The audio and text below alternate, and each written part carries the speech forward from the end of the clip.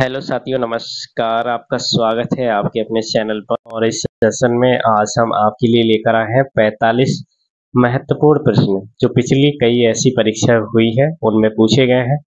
और सबसे अच्छी बात यह है, यहाँ पर इन प्रश्नों के साथ व्याख्या भी दी गई है, तो सभी प्रश्न काफी इम्पोर्टेंट रहेंगे। पूरे सेशन को अच्छे से देखिए, हो सके तो नोट जरूर कर लीजिएगा ताकि आगे आपको हमेशा के लिए काम आ सके। चलिए स्टार्ट करते हैं।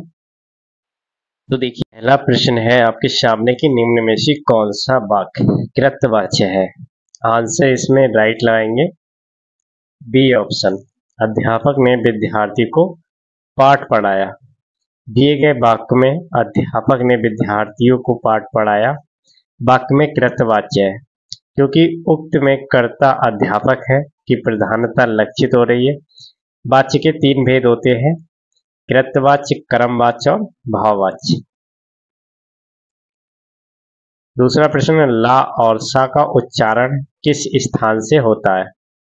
ए ऑप्शन है कंठ, बी है दंत, सी है ओष्ठ, डी है ताल। आंसर इसका राइट हो जाएगा बी, दंत। देखिए, ला और सा का उच्चारण दंत है। हिंदी वर्णमाला के वर्णों के उच्चारण स्थान से संबंधित विवरण निम्नलिखित दिया गया है। जैसे कंठ के आपके ये वर्ण है, तालु के ये वर्ण है, मूर्धा के ये, ओष्ठ के ये वर्ण है, कंठ तालु के ये, कंठ ओष्ठ के और दंतोष्ठ के। तो ये सभी बहुत ही इंपॉर्टेंट है। सारणी को पूरा नोट कर लीजिए, यहां से प्रश्न मिल जाएगा परीक्षा में। तीसरा प्रश्न, आपका भविष्य उज्जवल हो अर्थ की दृष्टि से वाक्य के भेद बताएंगे। आंसर इसका राइट हो जाएगा, ये आपका इच्छावाचक वाक्य है। देखिए, आपका भविष्य उज्जवल हो अर्थ भेद की दृष्टि से इच्छावाचक वाक्य है। जिस वाक्य से किसी प्रकार की इच्छा या शुभकामना का बोध होता है तो उसे हम इच्छावाचक वाक्य कहेंगे। बाकी प्रश्नवाचक वाक्य देखिए, किसी प्रकार के प्रश्न किए जाने का बोध होता हो।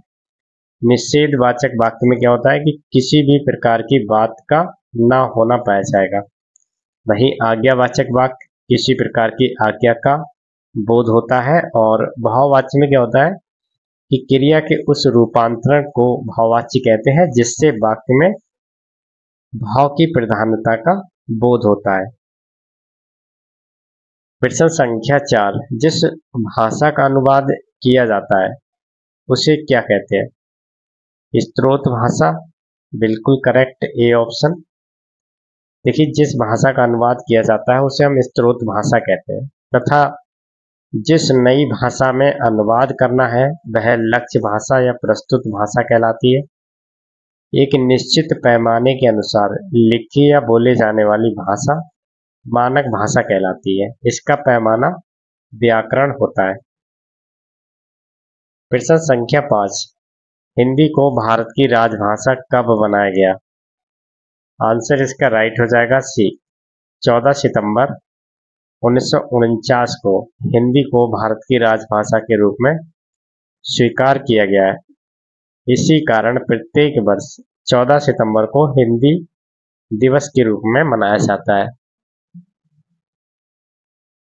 प्रश्न संख्या 6, निम्नलिखित शब्दों में से कौन सा शब्द समुद्र का पर्यायवाची है। आंसर ए राइट हो जाएगा रत्नाकर। रत्नाकर शब्द समुद्र का पर्यायवाची है। समुद्र के अन्य पर्यायवाची भी हैं, जलादि, पारावार, सिंधु, नीरनिधि, निधीश, पयोधि, अर्णव, पयोनिधि, अवधि, जलधाम, नीरदि, जबकि नरपति राजा का, मधुकर भ्रमर का तथा दिनकर सूर्य का पर्यायवाची है। अगला प्रश्न है, प्रतिध्वनि में कौन सा उपसर्ग है। आंसर राइट लगा देंगे, ए ऑप्शन। प्रतिध्वनि में प्रति उपसर्ग का प्रयोग हुआ है और ये एक संस्कृत उपसर्ग है। इसमें निर्मित अन्य शब्द इस प्रकार से भी होते हैं, जैसे प्रतीक्षण, प्रतिनिधि, प्रतिकार, प्रत्येक दिन, प्रतिदिन। ठीक है। अन्य अगला प्रश्न, प्रयोग के आधार पर शब्द कितने प्रकार के होते हैं। तो यहाँ पर आपसे पूछा जा रहा है प्रयोग के आधार पर शब्दों के प्रकार। आंसर हो जाएगा 2।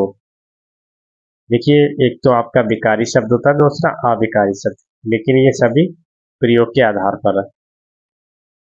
9वां प्रश्न, निम्नलिखित विकल्पों में से कौन सा शब्द सरल शब्द का विलोम नहीं है? आंसर डी राइट हो जाएगा, निरर्थक। निरर्थक शब्द सरल शब्द का विलोम नहीं है। शेष, कुटिल, वक्र तथा कठिन सरल के विलोम शब्द है। निरर्थक सार्थक का विलोम शब्द है।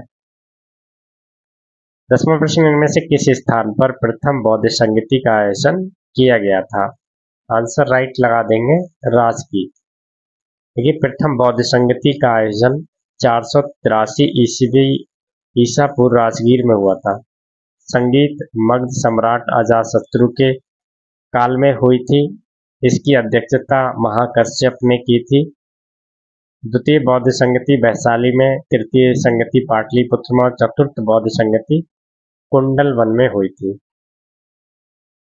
11वां प्रश्न, किस स्मारक से गौतम बुद्ध ने दुनिया के लिए बौद्ध धर्म के अपने दिव्य ज्ञान का प्रचार किया था?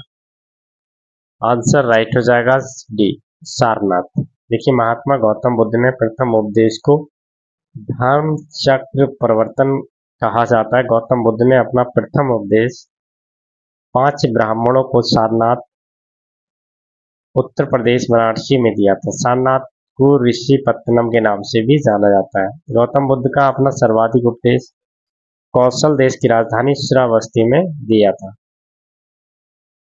कुतुबउद्दीन ऐबक किस राजवंश के संस्थापक थे? आंसर सी राइट होगा, ये गुलाम वंश का संस्थापक था। गुलाम वंश की स्थापना 1206 में हुई थी और कुतुबुद्दीन ऐबक ने ही की थी। ये गौरी का गुलाम था। इसे लख बख्श के नाम से भी जाना जाता था। कुतुबुद्दीन ऐबक अपनी राजधानी लाहौर को बनाई थी। कुतुब मीनार की नींव कुतुबुद्दीन ऐबक ने डाली। दिल्ली की कुब्बत उल इस्लाम मस्जिद तथा अजमेर का अढ़ाई दिन का झोपड़ा नामक मस्जिद का निर्माण कुतुबुद्दीन ऐबक ने ही करवाया था। 13वां प्रश्न, भारत में यातायात व्यवस्था यानी कि ट्रैफिक सिस्टम की शुरुआत का श्रेय किसको जाता है? बी ऑप्शन राइट हो जाएगा, ब्रिटिश शासक को। भारत में यातायात व्यवस्था की शुरुआत का श्रेय ब्रिटिश शासक को जाता है।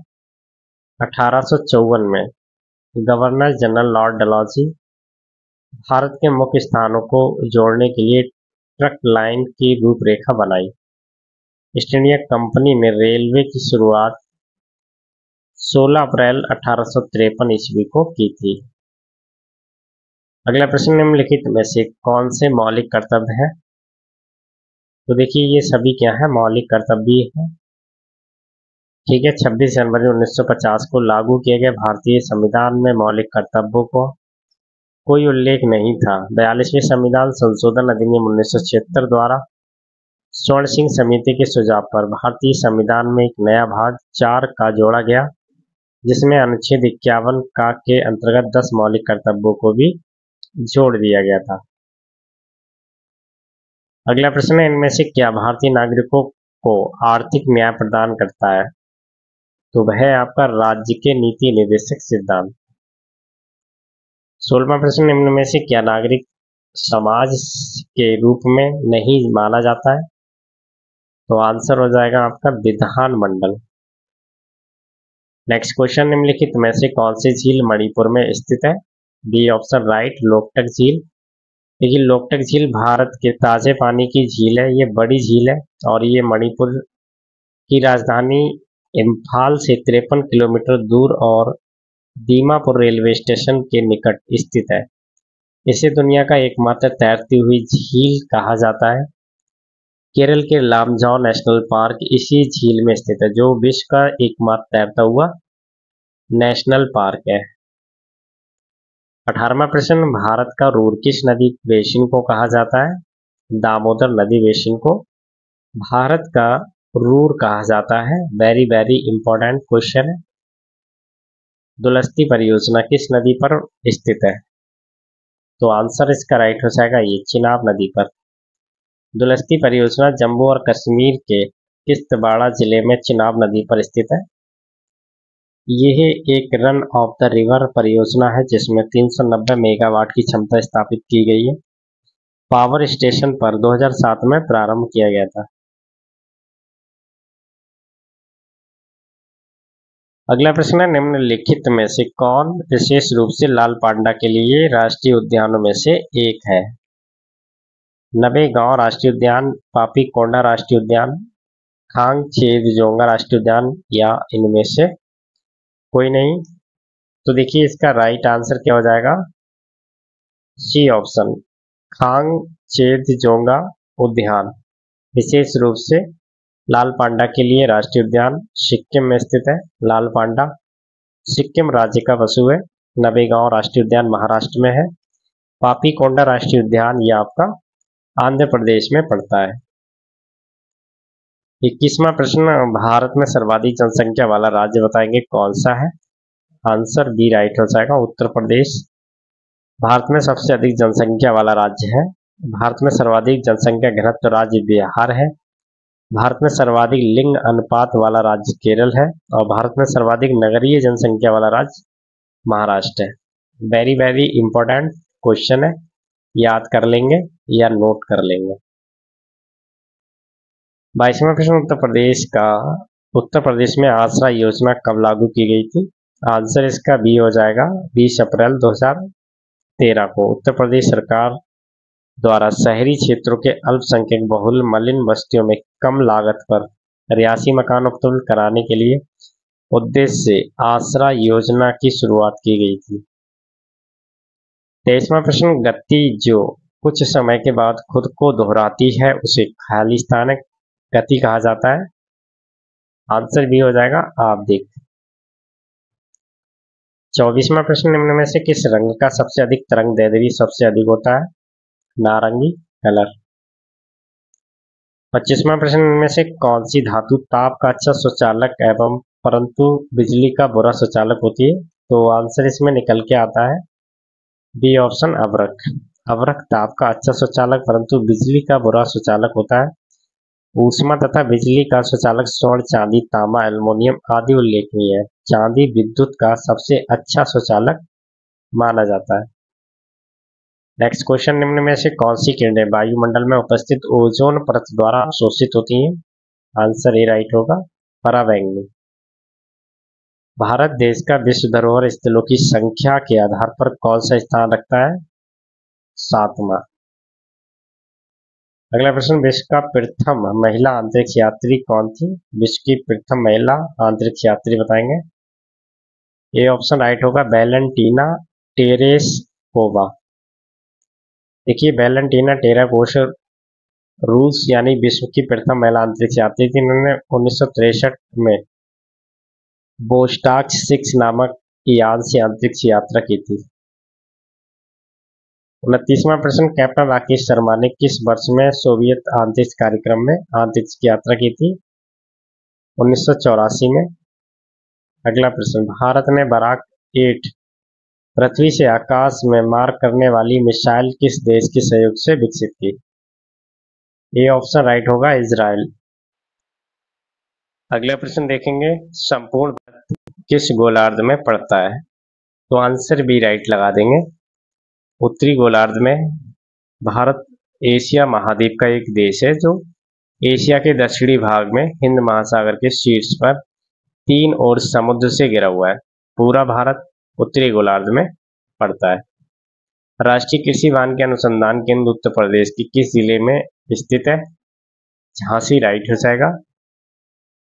नेक्स्ट क्वेश्चन, कराधान कानून संशोधन अधिनियम 2017 ने खालिस्तान की ऊर्जा स्वच्छ ऊर्जा उपकरण को प्रतिस्थापित किया। आंसर सी राइट हो जाएगा, GSE प्रतिपूर्ति उपकरण। यहाँ पर ये उपकर होगा, ठीक है। नेक्स्ट क्वेश्चन, वर्ष 2019 के अनुसार भारत के किस राज्य की शहरी जनसंख्या सबसे अधिक है? आंसर डी राइट हो जाएगा, महाराष्ट्र। देखिए इस राज्य की जो जनसंख्या है वो 5.8 करोड़ है। तमिलनाडु की 3.49 करोड़, पश्चिम बंगाल की 2.90 करोड़ और गुजरात की 2.57 करोड़, ठीक है। किस वर्ष में संविधान का संशोधन संविधान का संशोधन सर्वप्रथम किया गया था? वर्ष 1951 में। अगला प्रश्न, निम्नलिखित में से कौन सा विकल्प लघुत्तर हिमालय में पूर्व की सबसे लंबी पर्वतमाला है पीर पंजाल पर्वतमाला। नेक्स्ट क्वेश्चन, यूरेशियाई प्लेट एवं भारतीय प्लेट का टकराव पर सिकुड़न के परिणाम स्वरूप निर्मित लंबवत घाटियां हैं डंस। नेक्स्ट क्वेश्चन, प्राचीन विशाल एकीकृत महाद्वीप सुपर कंटिनेंट पैंजिया का दक्षिणी भाग है जिसके उत्तरी भाग पर अंगारा भूमि स्थित है गोंडवाना भूमि। अगला प्रश्न, प्रायद्वीपीय पहाड़ी मैदान पठार की एक अनोखी विशेषता काली मिट्टी का क्षेत्र है जिसे खालिस्तान कहते हैं, तो उसे कहते हैं दक्कन का पठार। ठीक है। अगला प्रश्न, भारत के governor general Lord William Bentinck ने सती प्रथा को समाप्त करने हेतु वर्ष खालिस्तान में कानून पारित किया था वर्ष 1829 में। 41वां प्रश्न, भारत की सिलिकॉन वैली है, बताएंगे कहाँ पर है, बंगलुरु में। ये भारत की सिलिकॉन वैली बंगलुरु यानी कर्नाटक में स्थित है। यहाँ 300 से अधिक सॉफ्टवेयर कंपनियां स्थित है और बेंगलुरु शहर भारत की अग्रणी सूचना प्रौद्योगिकी निर्यातक बन गई है। मुगल काल में भूमि की माप की प्रथम निम्न में से किस शहर ने शुरू की है, आंसर भी राइट हो जाएगा, शासक ने शुरू किया था, तो वह था शेरशाह। देखिए, मुगल काल में भूमि की माप की प्रथा शेरशाह सूरी ने प्रारंभ कराया गया था, शेरशाह सूरी द्वारा प्रारंभ कराया गया था। शेरशाह सूरी ने ही शासन व्यवस्था को सुगम बनाने के लिए 47 भागों में व्यवस्था को बांट रखा था। नेक्स्ट क्वेश्चन, मगध साम्राज्य का अंतिम शासक कौन था, उदयन। देखिए, मगध साम्राज्य का अंतिम शासक उदयन था। उदयन अजातशत्रु का पुत्र एवं उत्तराधिकारी था। इसने पाटलिपुत्र स्थानांतरित किया। स्मरण रहे कि हर एक वंश का अंतिम शासक ही उदयन का पुत्र नागदशक था, परंतु वह विकल्प में नहीं दिया गया। अगला प्रश्न, विश्व में शीत मरुस्थलों को किस अन्य नाम से भी जाना जाता है, हिमाच्छादित क्षेत्र। निम्न में से अकबर के दरबार के मुख्य चित्रकार कौन थे, आंसर राइट हो जाएगा, दशवंत। ये अकबर के दरबार के मुख्य चित्रकार के रूप में जाने जाते हैं। सेशन को यहीं फिनिश करेंगे और आपसे उम्मीद करते हैं सेशन अगर आपको पसंद आया है तो इसको लाइक करके शेयर जरूर करेंगे। चैनल पर आप नए हैं सब्सक्राइब भी करके रखेंगे, आगे आपको ऐसे ही सेशन मिलते रहेंगे। Thank you.